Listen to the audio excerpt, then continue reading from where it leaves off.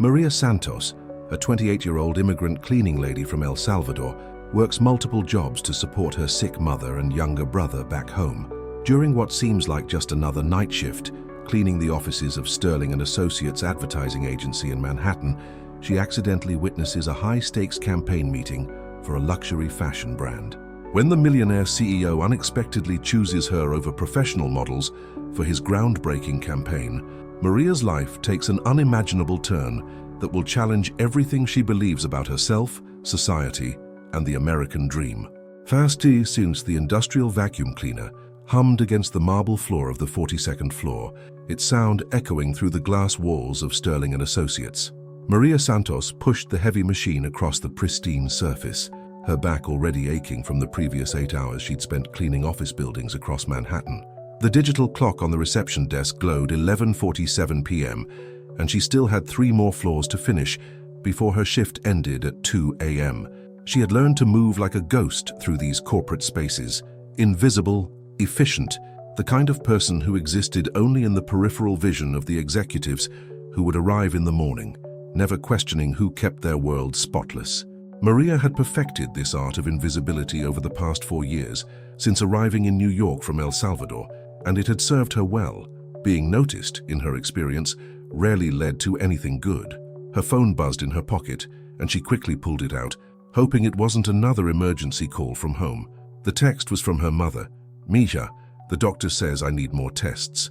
The medicine is helping, but..." Maria's heart sank as she read the message. She knew what those dots meant. More money, more tests, more bills that her mother was too proud to mention directly. She typed back quickly, "Don't worry, Mummy. I'll send more this week. Focus on getting better." The lie came easily now. She had no idea where the extra money would come from. Her 3 jobs? Cleaning offices at night, working at the diner during lunch shifts, and weekend house cleaning for wealthy families on the Upper East Side barely covered her tiny studio apartment in Queens and the monthly transfers to her family. But her mother didn't need to know that, not when she was fighting cancer 2,000 miles away. Maria tucked the phone away and continued pushing the vacuum, letting the familiar rhythm of work calm her racing thoughts. She had just rounded the corner toward the conference room when she heard voices. Her body automatically tensed. The cleaning company had assured her that Sterling and Associates would be empty by 10 p.m. Late meetings meant complications, meant having to work around people, meant the possibility of complaints that could cost her the job. She turned off the vacuum and listened carefully. The voices were coming from the main conference room, the one with floor-to-ceiling windows that overlooked the glittering Manhattan skyline. She could see light spilling from under the door and shadows moving within. At least 6 people, maybe more. Maria checked her watch again. Almost midnight. What kind of meeting happened this late? She had 2 choices. Wait until they finished, which could take hours she didn't have, or try to clean around them quietly. Neither option was ideal, but she couldn't afford to leave work unfinished. Mrs. Patterson, the building supervisor, had already warned her about efficiency after another cleaning lady complained that Maria was taking too long on her assigned floors. She decided to clean the outer offices first, hoping the meeting would end soon. But as she moved through the executive suites, she couldn't help but hear fragments of the conversation. The conference room wasn't completely soundproof, and voices carried when people got excited or frustrated. "The campaign needs to be revolutionary," a deep male voice was saying. "Authenticity sells now. People are tired of the same perfect faces selling them dreams they can't touch." "But authenticity doesn't mean we should abandon beauty standards," a woman's voice countered. "Our clients pay premium prices for premium imagery. Premium imagery that looks like everything else on the market," the man shot back. "When was the last time a luxury campaign actually stopped people in their tracks, made them feel something real?" Maria found herself slowing down as she dusted the executive assistant's desk outside the conference room. She had never heard conversations like this before. In her world, people talked about rent and bills and overtime hours. They didn't debate abstract concepts like authenticity in advertising, but something about the passion in these voices intrigued her. Through the glass wall, she could make out several figures seated around a massive conference table, professional-looking people in expensive suits, tablets and laptops scattered across the polished surface. At the head of the table sat a man she didn't recognize, but who clearly commanded the room's attention. Even from her limited view, she could tell he was different from the others. While they seemed tense and formal, he appeared relaxed, leaning back in his chair with the confidence of someone who knew his opinions mattered. "Show me the model options again," he said, and Maria watched as someone operated a laptop, projecting images onto the wall she couldn't see from her position. She continued cleaning, trying to focus on her work, but the conversation pulled at her attention like a magnet. This was a world she had only glimpsed in magazines left behind in waiting rooms or on discarded newspapers on subway seats. A world where beautiful people sold beautiful things to other beautiful people who could afford to buy dreams packaged in glossy advertisements. "These are our top recommendations," someone was explaining. "Isabella Chen, fresh face, very social media friendly. Marcus Williams, he's done campaigns for 3 major luxury brands this year. And Sarah Mitchell, she's actually from a working class background, so she fits the authenticity angle you're looking for. Their portfolios are impressive," another voice added. Any of these 3 would be perfect for the Meridian campaign. There was a long silence. Maria had moved to organizing the supply closet across from the conference room, but she found herself pausing, waiting to hear what the man at the head of the table would say. "No," he said finally, and his voice carried a note of disappointment that surprised her. "They're all wrong." "Wrong?" The woman's voice from earlier sounded incredulous. "These are some of the most sought-after models in the industry. Their rates alone should tell you—" "Their rates tell me they're expensive," the man interrupted. "Not that they're right for this campaign. Look at them, really look. What do you see?" Another pause. Maria realized she was holding her breath, invested in a conversation that had nothing to do with her life. "I see professional models who will deliver exactly what our client expects," someone answered carefully. "Exactly," the man said, and she could hear the frustration building in his voice. "Expected, safe, forgettable. The Meridian campaign is supposed to launch a new era for the brand. Beauty in the everyday, luxury for real life. Remember those concepts? How do any of these faces represent real life?" Maria almost smiled despite herself. Even she, someone who had never worked in advertising, could see the disconnect. The few glimpses she'd caught of the models on the projection looked like they'd never experienced a moment of uncertainty in their lives, never worried about making rent or sending money home to sick relatives. She was reaching for a new box of tissues from the supply closet when it happened. The conference room door opened suddenly, and the man from the head of the table stepped out, probably looking for the bathroom. He stopped short when he saw her, and for a moment, they both froze. Maria's first instinct was to apologize, to explain that she was just cleaning, that she hadn't meant to disturb anyone. But something about his expression stopped her. He wasn't looking at her with the typical mixture of mild annoyance and dismissal she was used to from office workers who encountered her during late-night cleaning shifts. Instead, he seemed to be studying her face with genuine interest. "I'm sorry," she said finally, her voice barely above a whisper. "I didn't know there was a meeting. I can come back later if—" "Don't apologize," he said, and his voice was gentler than it had been during the meeting. "You work here?" "I clean here," she corrected, not sure why the distinction seemed important. "Overnight shift. I can finish this floor later if you need—" "What's your name?" he asked, interrupting her again. The question caught her off guard. In 4 years of cleaning office buildings, maybe 3 people had ever asked her name, and they were all security guards who worked the same overnight shifts. "Maria," she said hesitantly. "Maria," he repeated, as if testing how it sounded. "How long have you been working here?" "About 6 months at this building, but I've been cleaning offices for 4 years. She wondered why she was answering his questions instead of excusing herself and disappearing into the bathroom until he went back to his meeting. He nodded slowly, still studying her face in a way that made her self-conscious. She was painfully aware of her appearance, the cheap uniform polo shirt, her hair pulled back in a practical ponytail, no makeup, because what was the point when you were cleaning toilets and emptying trash cans all night? "Where are you from originally?" he asked. "El Salvador." The answer came automatically, though she immediately wondered if she should have lied. Immigration status was always a concern, even though her work visa was legitimate. "And you came here alone?" "Yes." She didn't elaborate about her family, about the responsibilities waiting for her back home. Those stories were too personal, too complicated for casual conversation with a stranger in a corporate hallway at midnight. He was quiet for a long moment, and Maria began to fidget with the cleaning supplies in her hands. This was the longest conversation she'd had with anyone in weeks that wasn't about work schedules or grocery prices. "Can I ask you something?" he said finally. She nodded, though she wasn't sure she wanted to hear the question. "If someone offered you a chance to do something completely different with your life, something that scared you but also excited you, something that could change everything. Would you take it? The question was so unexpected, so strangely personal that Maria almost laughed. I don't understand.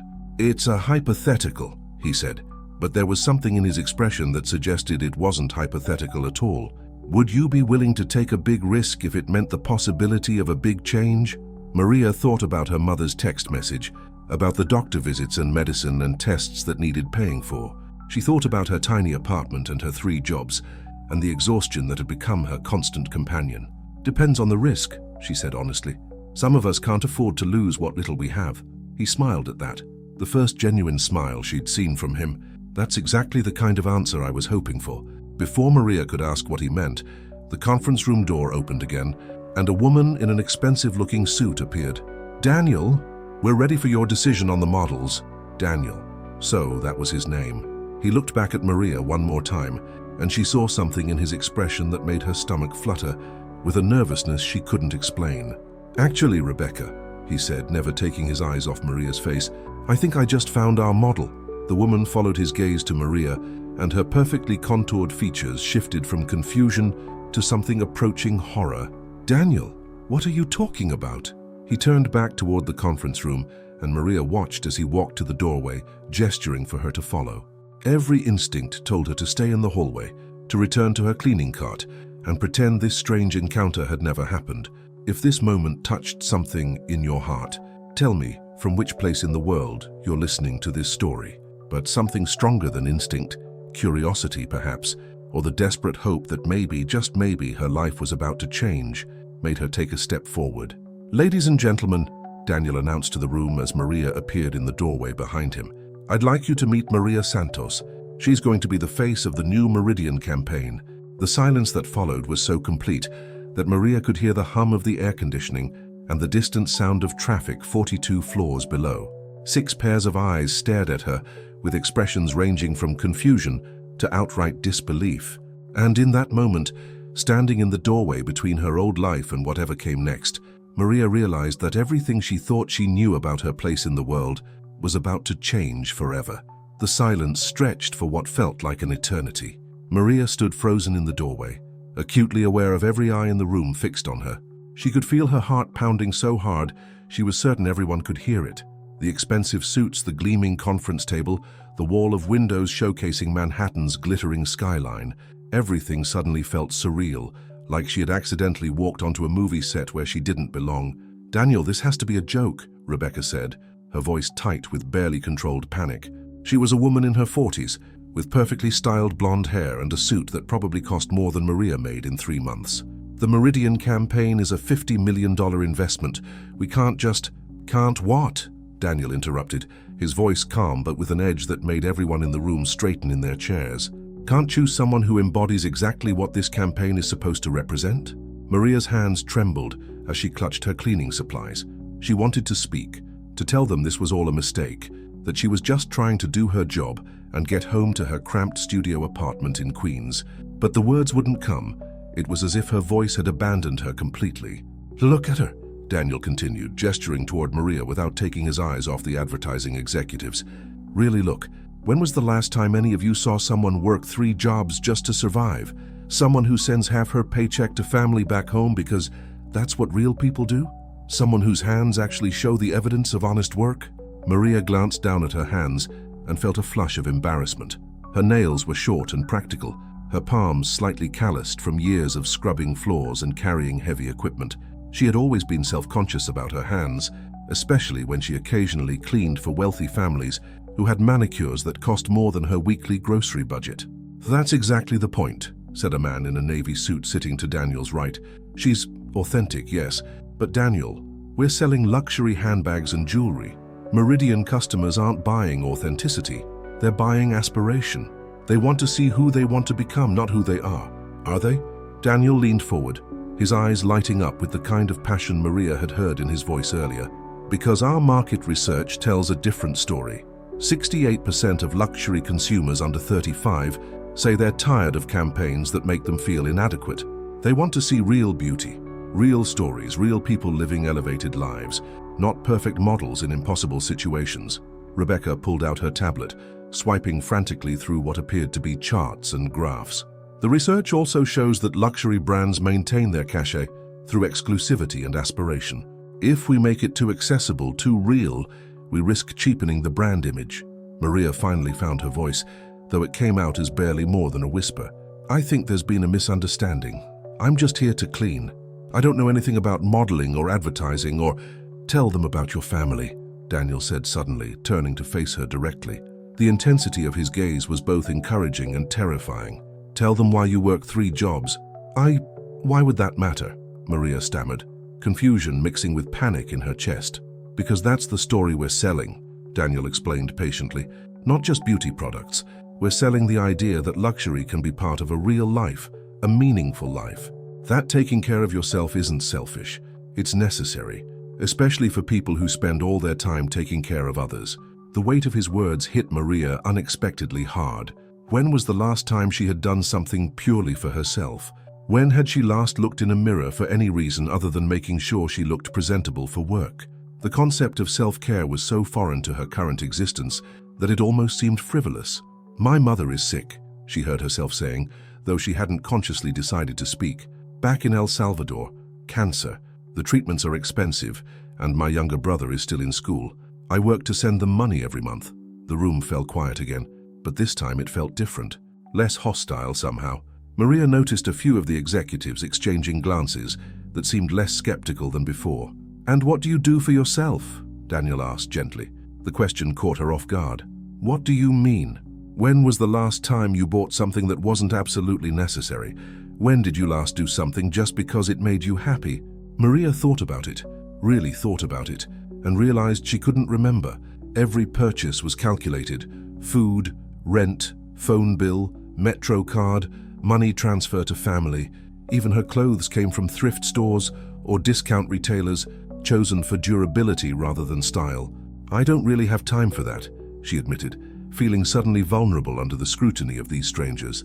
Exactly, Daniel said, but not in a pitying way, in a way that suggested this was precisely the point he'd been trying to make. You represent millions of women who have forgotten that they matter too, that they deserve to feel beautiful, to treat themselves well, to invest in their own happiness. If you want to keep hearing stories like this, tap the red button that says subscribe. It's free, and it helps me keep sharing. Rebecca leaned forward, her expression shifting from hostility to something that might have been curiosity. But can she actually model? Has she ever been in front of a camera professionally? Have any of us asked her what she thinks about this? Interjected a younger woman Maria hadn't heard speak before. She was probably in her early 30s, with natural curls and a more approachable demeanor than the others. Maria, right? What's your reaction to all this? All eyes turned to Maria again, and she felt the familiar urge to disappear. But something about the younger woman's tone, respectful rather than condescending, gave her courage to speak honestly. I'm terrified, she said simply. I don't understand what's happening or why you would want someone like me when there are actual models who know what they're doing. But she paused, trying to find the right words. If this could help me take better care of my family, then I have to at least listen. The honesty in her voice seemed to shift something in the room's atmosphere. Even Rebecca's expression softened slightly. What would this actually involve? Maria continued, surprising herself with her boldness. I have 3 jobs. I can't just abandon my responsibilities. Daniel smiled, and Maria realized it was the first time she'd seen him look genuinely pleased since this bizarre conversation had started. Smart questions, he said approvingly. The campaign would involve a series of photo shoots over the next month, plus some video content. We'd work around your current schedule initially, and if things go well, he paused, seeming to choose his words carefully. Let's just say that the compensation would be significantly more than you're making from your 3 jobs combined. Maria's breath caught. She tried to imagine what significantly more might mean, but her frame of reference was so limited that she couldn't even guess. Any amount that would allow her to reduce her work hours while still supporting her family seemed impossible. How much more? She asked, then immediately felt embarrassed for being so direct about money. The man in the navy suit consulted his tablet. Initial compensation for a luxury campaign of this scope would typically range from $50,000 to $75,000, depending on usage rights and exclusivity clauses. The number hit Maria like a physical blow. She had to grab the doorframe to steady herself. $50,000 was more than she made in 2 years of working 3 jobs. It was enough to pay for her mother's treatment, to help her brother finish school, to maybe even take a single day off without worrying about money. That's just the initial fee, Daniel added, watching her reaction carefully. If the campaign performs well, there could be additional compensation, potential for other modeling opportunities, possibly even a long-term brand ambassador contract. Maria felt dizzy. This couldn't be real. Things like this didn't happen to people like her. She cleaned toilets and emptied trash cans and sent money home to her family. She didn't get discovered in office buildings at midnight like some kind of fairy tale. "I need to think about this," she managed to say, though her thoughts were spinning so fast she could barely form coherent sentences. "Of course," Daniel said immediately. "This is a big decision, but I need you to know that I'm serious about this. Dead serious. You have something that can't be taught or manufactured. Authenticity, genuine emotion, the kind of presence that makes people pay attention because they recognize something real." Rebecca cleared her throat diplomatically. "Daniel, perhaps we should discuss the logistics privately before—" "No," he said firmly. "Maria should hear all of this. She should know exactly what she's considering." He turned back to Maria. "The fashion industry can be brutal. There will be people who question why you're there, who try to make you feel like you don't belong. There will be long days demanding shoots, criticism of your appearance, your accent, your background. It won't be easy." The warning should have scared her more, but instead, Maria found herself thinking about her mother's latest medical bills, about her brother's dreams of attending university, about her own life spent in the shadows of other people's success. "Nothing in my life has been easy," she said quietly. "At least this would be difficult for a reason that might actually lead somewhere better." The younger woman with the curls smiled. "I think I like her already." Daniel stood up, extending his hand toward Maria. "So what do you say? Are you willing to take the biggest risk of your life for the chance to change everything?"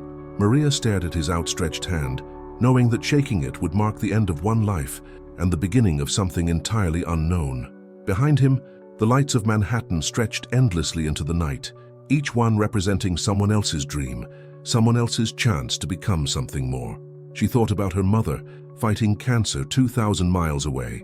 She thought about her brother, studying by candlelight to save on electricity bills.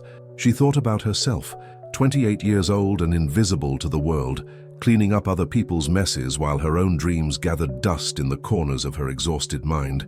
And then, before she could talk herself out of it, she reached out and shook Daniel Meridian's hand. "Yes," she said, her voice stronger than she'd ever heard it. "Let's do this." 3 days later, Maria stood outside the towering glass building that housed Meridian Studios, clutching a crumpled piece of paper with the address Daniel had written down for her.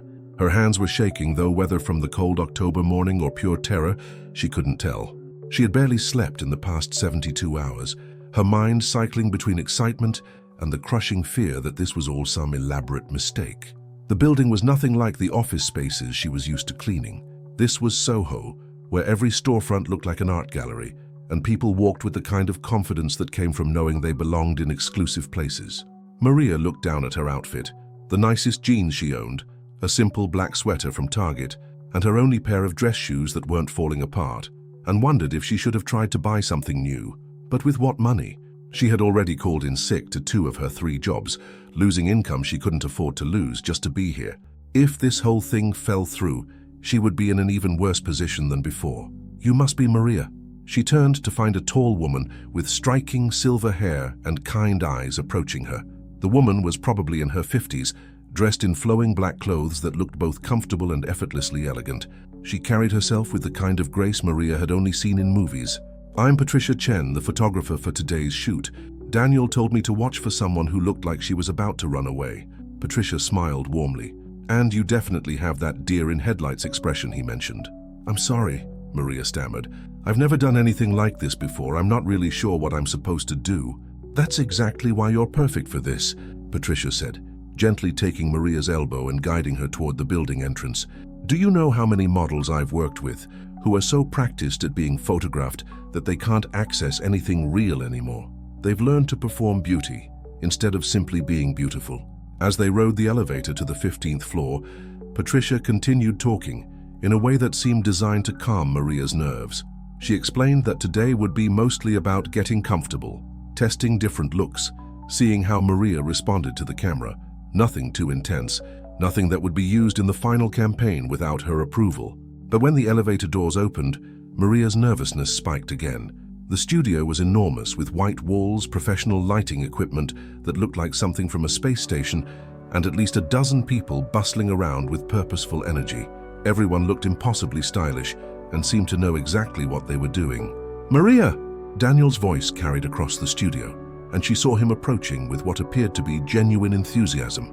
Today he was dressed more casually, dark jeans and a button-down shirt, but he still carried that unmistakable air of authority. "You came. You sound surprised," she said, attempting humor to mask her anxiety. "Not surprised. Relieved. I was worried you might change your mind." He gestured around the studio. "I know this must feel overwhelming." Overwhelming was an understatement. Maria felt like an alien who had accidentally landed on a planet where everyone spoke a language she didn't understand.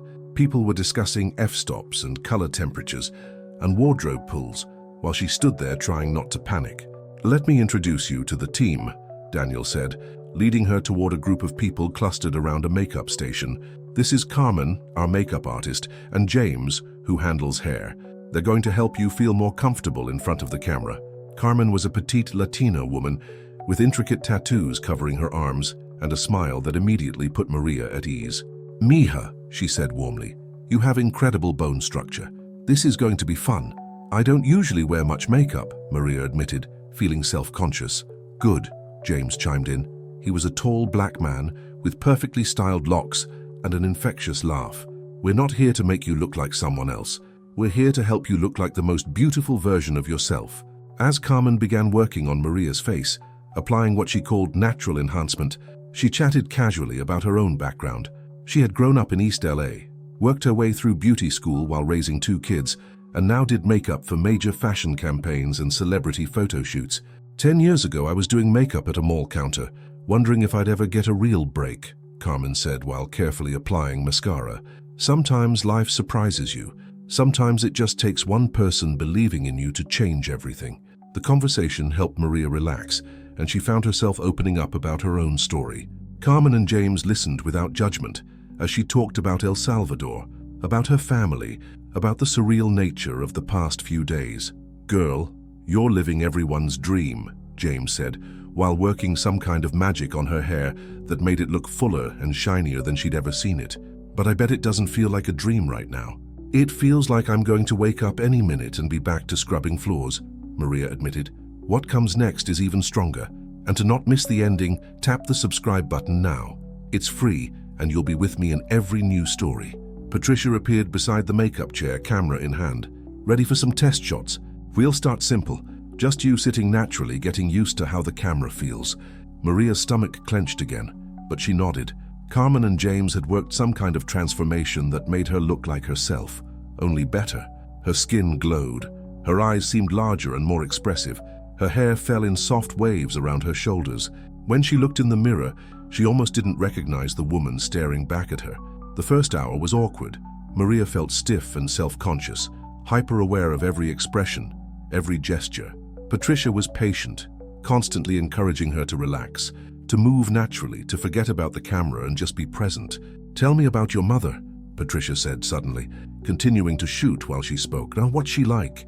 The question caught Maria off guard, and she felt her face soften as she thought about her mother's strength, her quiet dignity, the way she had worked multiple jobs her entire life to give Maria and her brother opportunities she had never had.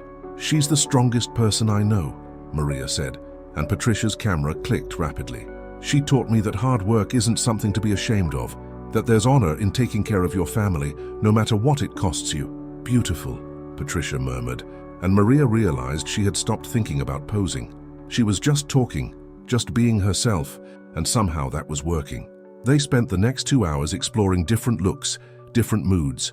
Patricia would ask questions about Maria's life, her dreams, her fears, and Maria found herself responding with increasing honesty. The camera seemed to disappear, becoming just another part of the conversation. During a break, while Carmen touched up her makeup, Maria overheard a conversation between Daniel and Rebecca, who had arrived midway through the shoot. "The camera loves her," Patricia was saying, showing them images on her laptop screen. "Look at this emotion, this authenticity. You can't teach this kind of natural presence." "She's definitely photogenic," Rebecca admitted, though her tone remained cautious.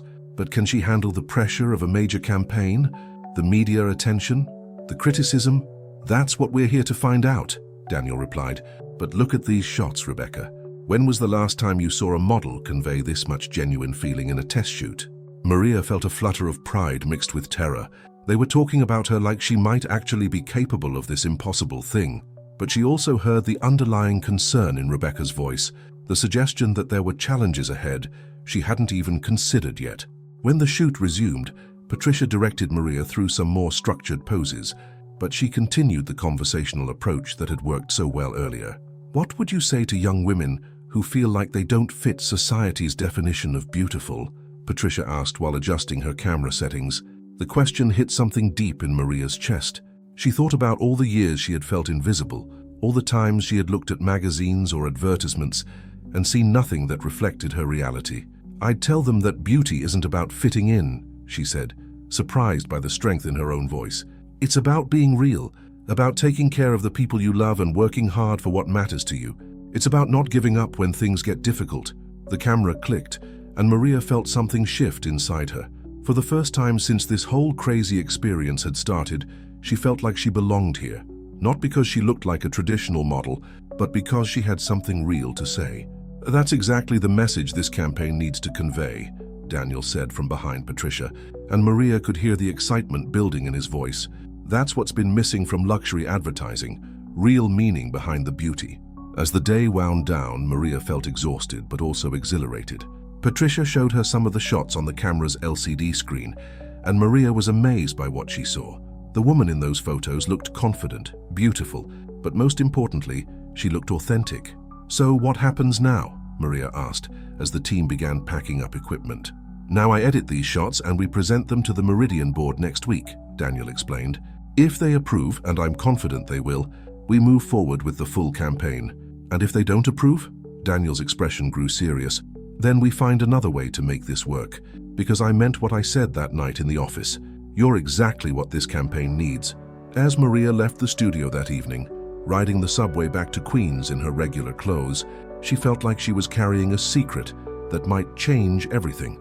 The people around her on the train had no idea that she had just spent the day being photographed as a potential model, that there was even the smallest possibility her face might end up on billboards and in magazines. But more than that, she felt like she had discovered something about herself she hadn't known was there. For one afternoon, she had been seen, really seen, not as a cleaning lady or an immigrant or someone struggling to make ends meet, but as someone with something valuable to offer the world. Whether or not the board approved the photos, Maria knew that something fundamental had shifted. She had tasted the possibility of a different life, and that taste would be impossible to forget. 1 week later, Maria sat in the waiting area outside the Meridian boardroom, her palms sweating despite the building's aggressive air conditioning. She had never been inside the actual Meridian headquarters before, a sleek 40-story tower in Midtown Manhattan that screamed luxury and power from every polished surface. Everything here was designed to intimidate, from the marble floors that reflected the ceiling lights like mirrors to the reception desk that looked like it had been carved from a single piece of white stone. She checked her phone for the third time in 5 minutes, 10:47 a.m. The board meeting had started at 10:30, and Daniel had told her to arrive at 10:45 so she could be introduced after they had reviewed Patricia's photographs. The waiting was torture. Every minute felt like an hour, and her imagination was running wild with all the ways this could go wrong. Maria Santos, a woman in an impeccably tailored suit, approached her. She was probably in her early 30s, with short black hair and the kind of confident posture that came from working in corporate environments where weakness was a liability. I'm Jennifer Walsh, Mr. Meridian's assistant. They're ready for you. Maria's legs felt unsteady as she followed Jennifer down a hallway lined with enormous photographs from previous Meridian campaigns. Beautiful models in stunning clothes, selling dreams of perfection and luxury. She couldn't help but wonder what she was doing here, among all this manufactured beauty. The boardroom was even more intimidating than she had imagined. 20 people sat around a massive conference table that could have doubled as a landing strip, most of them men in expensive suits who looked like they had never doubted their place in the world. The walls were floor-to-ceiling windows offering a breathtaking view of Central Park, and Maria realized that this single room was probably worth more than most people made in a lifetime. At the head of the table sat a man who could only be Marcus Meridian, Daniel's father, and the founder of the Meridian Empire. He was in his 70s but carried himself with the vigor of someone much younger. His silver hair was perfectly styled, his suit probably cost more than Maria's annual rent, and when he looked at her, she felt like he was evaluating her market value in real time. "Miss Santos," Marcus said, his voice carrying the authority of someone accustomed to being the most important person in any room.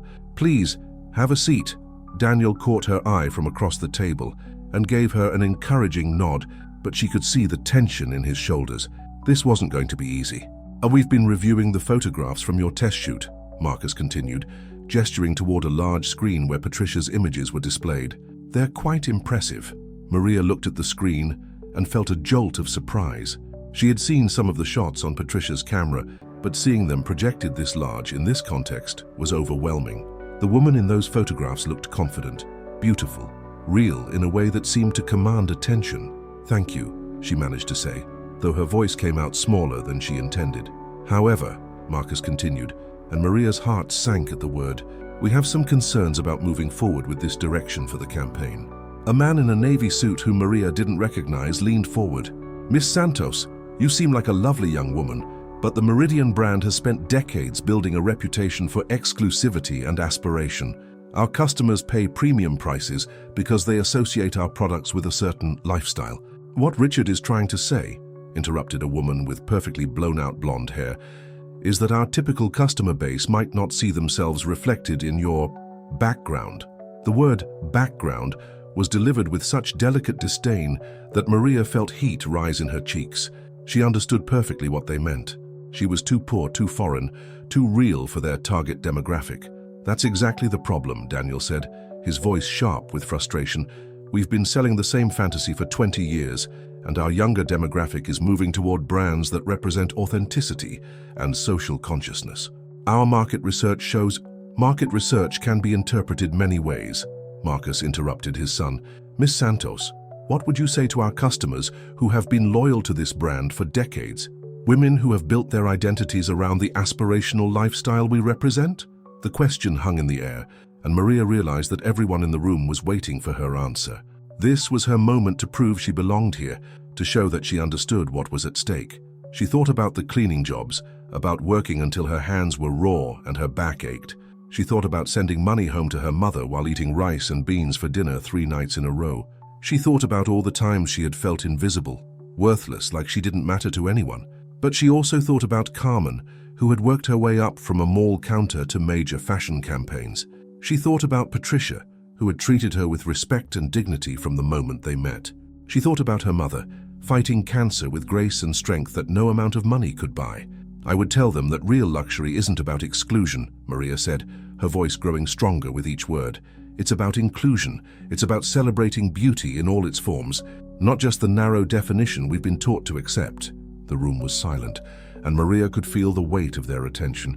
She took a deep breath and continued, "Your products are beautiful, but beauty shouldn't be a privilege reserved for people who were born into the right circumstances. It should be something that makes everyone feel worthy of taking care of themselves, regardless of where they come from or how much money they have." Richard shifted uncomfortably in his seat. "That's a noble sentiment, but our profit margins depend on maintaining our brand's premium positioning. If we make ourselves too accessible, we risk cheapening our image." "Accessible doesn't mean cheap," Maria shot back, surprising herself with her boldness. "It means honest. It means showing your customers that beauty and luxury can be part of a meaningful life, not just an escape from reality." Marcus leaned back in his chair, studying her with new interest. "You have strong opinions for someone with no experience in this industry." "I have strong opinions because I represent the women you're not reaching," Maria replied. "The women who work multiple jobs to support their families, who sacrifice their own needs for the people they love, who deserve to feel beautiful and valued too." If you're feeling moved by Maria's courage right now, tell me from which country or city you're watching this unfold. Daniel was nodding approvingly, but Maria could see several board members exchanging skeptical glances. The blonde woman was whispering something to the man beside her, and their expressions didn't look encouraging.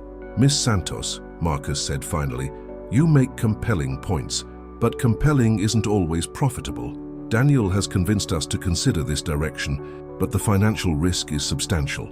A failed campaign of this magnitude could cost us millions in lost revenue and brand damage, and a successful campaign could open up entirely new markets, Daniel interjected. Dad, we've been having the same conversations in this room for 5 years. We know our traditional approach is losing relevance with younger consumers. This is our chance to lead instead of follow. A woman Maria hadn't heard speak before raised her hand slightly. She was older, maybe in her 60s, with gray hair and intelligent eyes. Miss Santos, what would success look like to you? If this campaign launches and performs well, how would you measure that success? The question caught Maria off guard because it wasn't about business metrics or profit margins. It was about something more personal. Success would mean that other women like me could look at your campaign and see themselves represented, she said slowly, thinking through her answer. It would mean that beauty and luxury aren't things you have to apologize for wanting, even if you're not wealthy. It would mean that taking care of yourself isn't selfish. It's necessary. She paused, thinking about her mother's latest update from home. The treatments were working, but slowly, and the medical bills kept mounting. And personally, she added, success would mean being able to provide better care for my family while building something meaningful for myself, something I could be proud of. The honesty in her voice seemed to shift something in the room's atmosphere. Even the skeptical board members looked thoughtful, and Marcus was nodding slowly. Patricia's photographs are remarkable, the older woman continued. They show a depth of emotion and authenticity that we haven't seen in our campaigns in years. The question is whether our customers will respond to that authenticity or find it too challenging to their expectations. There's only one way to find out, Daniel said firmly, and I believe the risk is worth taking. Marcus stood up, signaling the end of the discussion phase of the meeting. Miss Santos, thank you for your candor. We'll need some time to deliberate. Maria felt her heart sink. Being dismissed so she could be discussed like a business proposal was humiliating, but she supposed it was better than being rejected outright. Actually, Marcus continued, I'd like you to stay for our decision. You've earned the right to hear our verdict directly. The next 20 minutes felt like the longest of Maria's life. The board members debated market research, brand positioning, financial projections, and competitive analysis, while she sat in a chair by the window, watching people move through Central Park like tiny figures in a snow globe. She thought about her old life, the certainty of her cleaning schedule and the predictable rhythm of her days. That life had been hard, but it had been hers. She had understood the rules, known what was expected of her. This new possibility was terrifying because it offered so much more, which meant there was so much more to lose. Finally, Marcus called for order. We've reached a decision. Maria's palms were sweating again as she returned to her seat at the conference table. Daniel caught her eye and offered a small, encouraging smile, but she could see the tension in his face. Miss Santos, Marcus said, his voice giving nothing away, the board has voted to approve your participation in the Meridian campaign. The words hit her like a physical force, and she had to grip the arms of her chair to steady herself. Around the table, she could see a mix of expressions, some genuinely pleased, others resigned, a few still skeptical. However, Marcus continued, this approval comes with conditions. The campaign will launch as a limited test in select markets. If the response is positive, we'll expand nationally. If it underperforms, we reserve the right to return to our traditional approach. Daniel was grinning now, clearly thrilled that he had won this battle with the board. But Maria barely heard the details he and Marcus began discussing about timelines and contracts and market testing. Her mind was reeling with the realization that her life had just changed forever. She was going to be the face of a major luxury campaign. Her photograph would be in magazines and on billboards. Women across the country would see her image and maybe recognize something of themselves in her story. It was terrifying and exhilarating and completely surreal, and it was just the beginning. 2 months later, Maria stood in Times Square at 6 a.m., staring up at a 50-foot billboard featuring her own face. The early morning light made the colors more vivid, and she could hardly believe what she was seeing. There she was, wearing an elegant, cream-colored dress and holding a Meridian handbag with the campaign slogan beneath her image, "Beauty in the Everyday." But it wasn't just her appearance that was shocking. It was the raw emotion captured in her eyes. Patricia had somehow managed to photograph not just Maria's face, but her story. You could see the strength that came from years of struggle, the the hope that had carried her through impossible circumstances, the quiet dignity of someone who had never given up.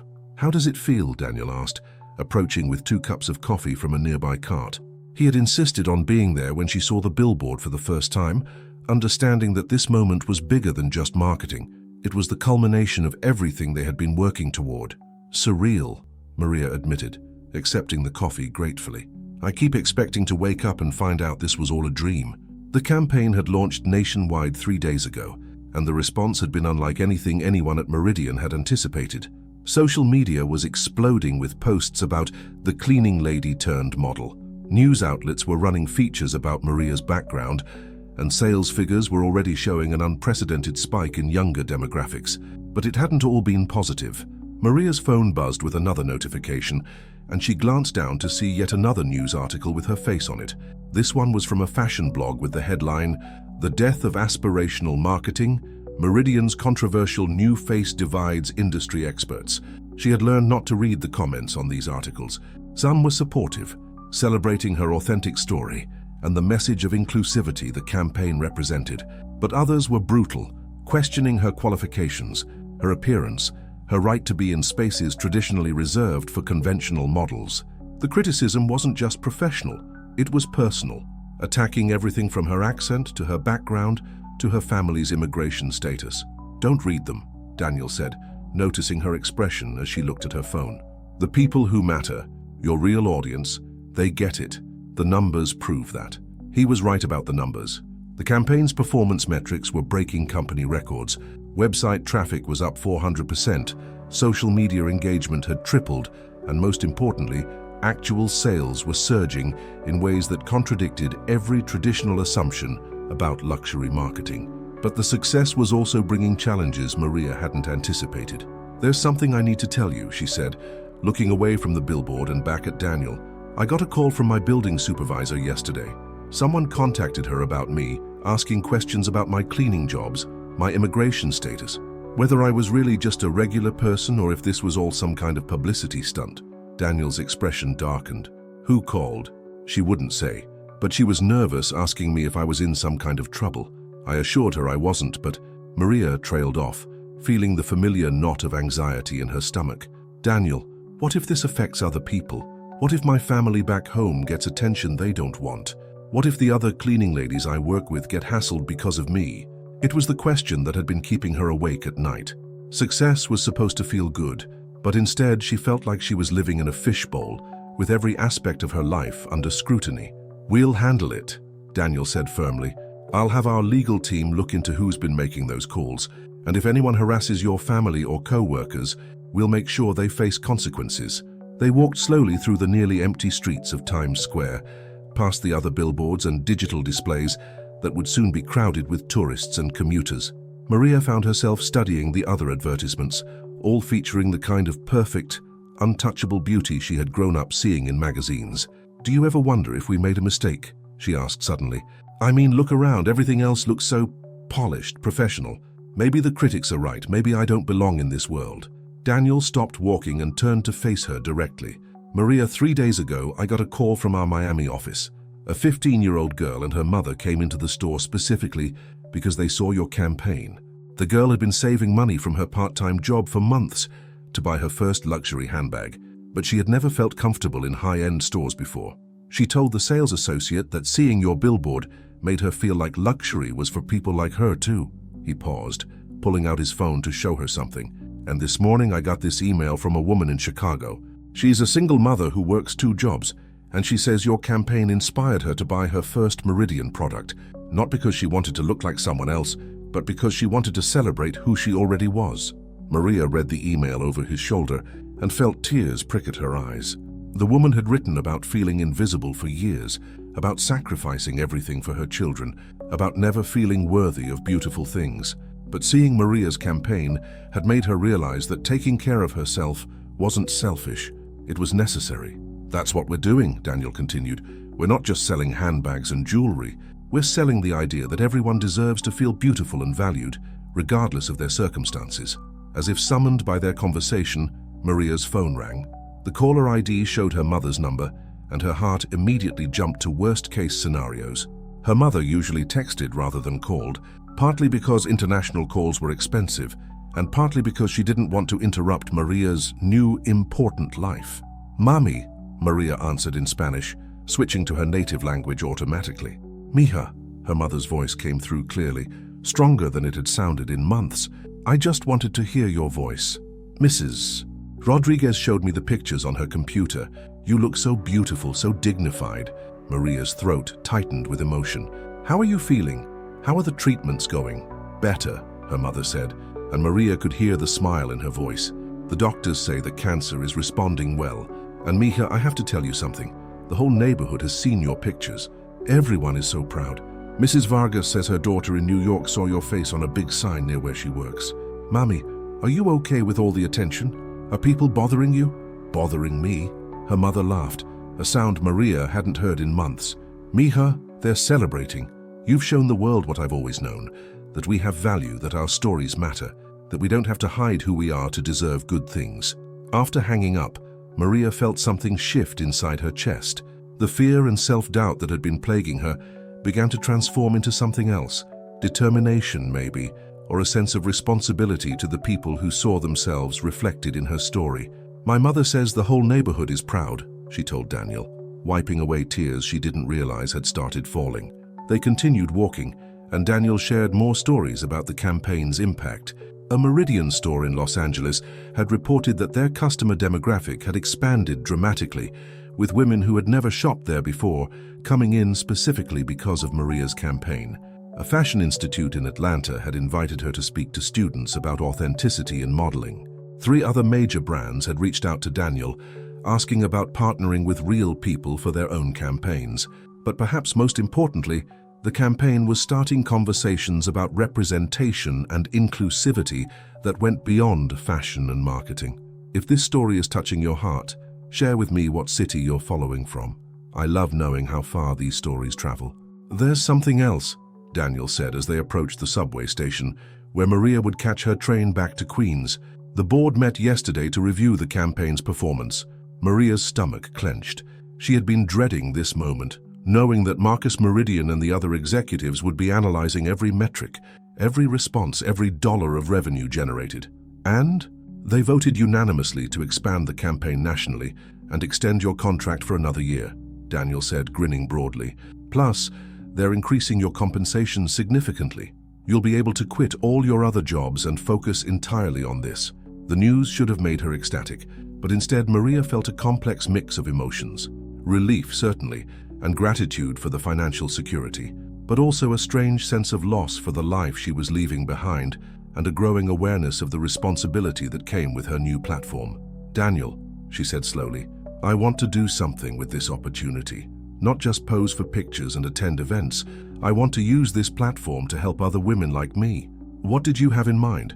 "I don't know yet. Maybe a scholarship fund for immigrants trying to start their own businesses. Maybe partnering with organizations that help working mothers, something that gives back to the community that raised me." Daniel nodded approvingly. "I think that's exactly what this campaign needs to be about. Not just changing how people think about beauty, but actually changing lives." As Maria descended into the subway station, she caught a glimpse of her billboard one more time through the entrance. But instead of seeing just her face up there, she saw all the faces of the women who had reached out, who had seen themselves in her story, who had felt a little more worthy, a little more valuable because of what she represented. She was no longer just Maria Santos, the cleaning lady from El Salvador. She was becoming something bigger, a symbol, a voice, a bridge between the world she had come from and the world she was helping to create. The responsibility was terrifying, but it was also exactly what she had been unconsciously preparing for her entire life. Every late-night cleaning offices, every dollar sent home to family, every moment of feeling invisible, it had all led to this. And she was finally ready to be seen. 1 year later, Maria stood in front of the mirror in her new apartment in Manhattan, adjusting the elegant navy dress she would wear to the Meridian Foundation launch event. The apartment was modest by Manhattan standards, but felt like a palace compared to her old studio in Queens. Floor-to-ceiling windows overlooked the Hudson River, and the morning light streaming through them illuminated a space that finally felt like home. But the most important change wasn't visible in any mirror. It was the confidence in her posture, the certainty in her eyes, the way she carried herself like someone who knew she belonged wherever she chose to be. Her phone buzzed with a text from her mother. "Mija, I just got out of my appointment. The doctor says I'm officially in remission. We did it." Maria sank onto her couch, overwhelmed by relief and gratitude. The past year had been a whirlwind of photo shoots, interviews, and appearances, but underneath it all had been the constant worry about her mother's health. Now, with the cancer beaten and her mother's medical bills finally manageable, Maria could breathe freely for the first time in years. She typed back, "We did it, Mammy. I can't wait to see you next month." The trip home to El Salvador would be Maria's first vacation in over 5 years, and she was planning to bring her mother and brother back to New York for a proper visit. Her brother had been accepted to New York University on a full scholarship, partly academic merit, partly from the education fund Maria had established through the Meridian Foundation. Seeing him walk across a graduation stage in America had become one of her most cherished dreams. Another text appeared, this one from Carmen. "Girl, have you seen the Times article? You're going to love it." Maria opened the link to find a feature story titled "The Meridian Effect: How One Campaign Changed an Industry." The article detailed how her campaign had sparked a broader movement toward authentic representation in luxury marketing, with dozens of major brands now featuring real people instead of traditional models in their advertising. But more importantly, it discussed the Meridian Foundation's impact over the past 6 months. The organization had provided microloans to over 200 immigrant women starting their own businesses, funded childcare services for working mothers in 5 major cities, and created a mentorship program connecting successful professionals with women from underserved communities. The foundation represents something unprecedented in corporate social responsibility, one expert was quoted as saying.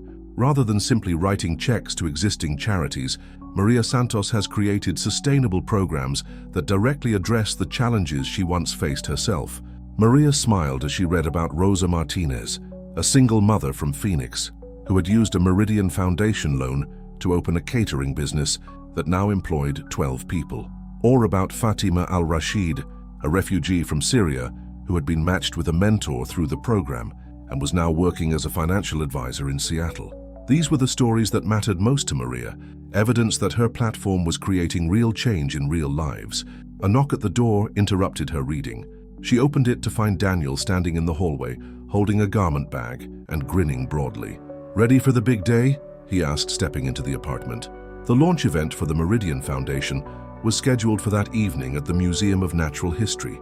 It would be Maria's most high-profile appearance yet, with media coverage, celebrity attendees, and potential donors who could help expand the foundation's reach nationally. "As ready as I'll ever be," Maria replied, though she could feel the familiar flutter of nerves in her stomach. Public speaking still intimidated her, despite all the practice she'd had over the past year. "I brought you something," Daniel said, unzipping the garment bag to reveal a stunning midnight blue gown. "Patricia designed it specifically for tonight. She wanted you to wear something that represented both where you came from and where you're going." The dress was exquisite, elegant and sophisticated, but with subtle details that honored Maria's heritage.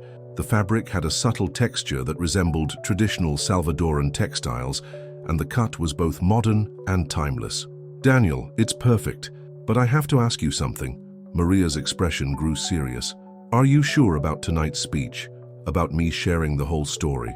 Tonight would mark the first time Maria publicly discussed the details of her journey, from cleaning lady to model to foundation founder. The speech would include parts of her story she had never shared publicly, the nights she had gone hungry to send money home, the times she had been treated as invisible or less than by people in positions of power, the moments when she had almost given up entirely. "The story needs to be told," Daniel said firmly. "Not just the inspiring parts, but the real parts, the difficult parts. That's where the power is." As evening approached, Maria felt the familiar pre-event anxiety building in her chest, but this time it was different.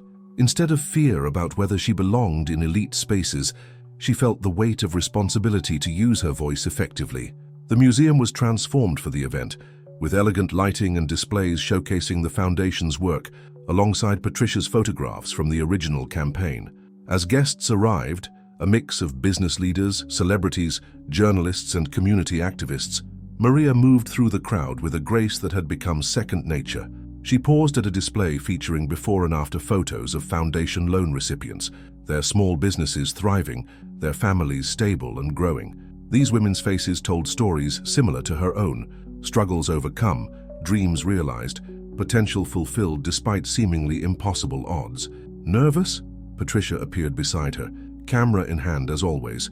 Over the past year, she had become not just Maria's photographer, but one of her closest friends and advisors. Terrified, Maria admitted, but it's a different kind of scared than before. Before, I was afraid of failing. Now I'm afraid of not doing justice to all the women who are counting on this message. When the time came for Maria's speech, the room fell silent.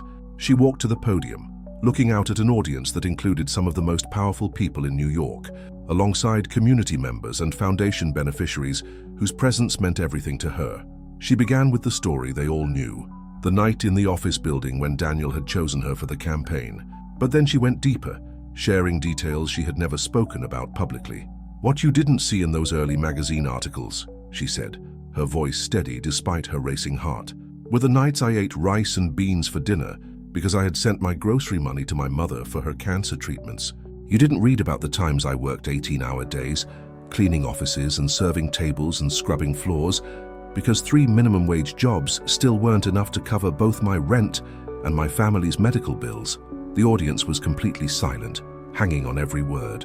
"You didn't hear about the morning I almost quit everything and went back to El Salvador because I was so tired of being invisible, so exhausted from fighting for every small opportunity, that giving up seemed easier than continuing to hope."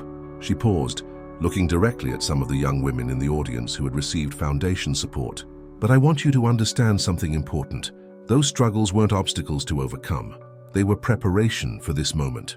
Every night I fell asleep exhausted, every dollar I sent home instead of spending on myself, every time I was treated as less than because of where I came from or what I did for work, all of it taught me something essential about resilience, about dignity, about the value of hard work and sacrifice." Maria's voice grew stronger as she continued. "The Meridian Foundation exists because I remember exactly what it feels like to have a dream that seems impossible. I remember what it means to work multiple jobs just to survive, to send money to family while hoping you can make rent, to feel like the world sees right through you." She gestured toward the displays showing foundation impact. "But I also learned something that changed everything, that our struggles don't make us less worthy of success. They make us more prepared for it. Every woman who has received a loan from this foundation, every mother who has found reliable childcare through our programs, every immigrant who has connected with a mentor, they all had the strength and determination already. They just needed someone to see their potential and invest in their dreams." The applause that followed was unlike anything Maria had experienced. It wasn't polite appreciation, it was recognition, understanding, shared emotion from people who had been moved by something real. After the formal program, as guests mingled and donated generously to the Foundation's expansion fund, Maria found herself in conversation with Sarah Chen, a recent college graduate who had been following Maria's story since the campaign launched. "You probably hear this all the time," Sarah said, "but your campaign literally changed my life. I'm second-generation Chinese American, and I never saw anyone who looked like my family's story in luxury advertising. Seeing you own your background instead of hiding it made me realize I could do the same." Sarah explained that she had recently started her own marketing consultancy, specializing in authentic representation for brands wanting to reach diverse audiences. She already had clients who were specifically asking for the Maria Santos approach to their campaigns. As the evening wound down and the last guest departed, Maria stood alone in the museum's main hall, surrounded by the displays documenting her journey and the Foundation's impact. Daniel approached, carrying 2 glasses of champagne. "To the woman who changed everything," he said, raising his glass. "To the man who saw something worth changing," Maria replied, clinking her glass against his. They stood in comfortable silence, looking at the photographs that told the story of the past year. Images of Maria at fashion shoots, at foundation events, meeting with loan recipients, speaking at conferences. But Maria's favorite was a candid shot Patricia had taken of her working alongside volunteers at a foundation childcare center, her designer dress replaced with jeans and a t-shirt, her hands dirty from assembling playground equipment. "You know what the best part is?" Maria said finally. "A year ago I thought success would mean escaping who I was. I thought I had to become someone else to deserve good things, but it turns out the most powerful thing I could do was become more myself." Her phone buzzed with a text from her mother. "Mija," Mrs. Rodriguez showed me the pictures from tonight on her computer. You look like a queen, but more importantly, you look like yourself. I'm so proud of who you've become. As Maria read those words, she realized her mother was right. She had become herself, not the invisible cleaning lady who apologized for taking up space, not the insecure immigrant who felt unworthy of beauty and success, but the complete version of who she had always been inside. Someone worthy of love, success, and respect. Someone with a voice that mattered. Someone whose story could light the way for others walking similar paths. Standing in that museum, surrounded by evidence of dreams realized and lives changed, Maria Santos, former cleaning lady, current model, and founder of an organization changing countless lives, finally understood the truth that had taken her 29 years to learn. She had always been enough. She had just needed the world to catch up. Tell me from which part of the world you've been following Maria's incredible journey.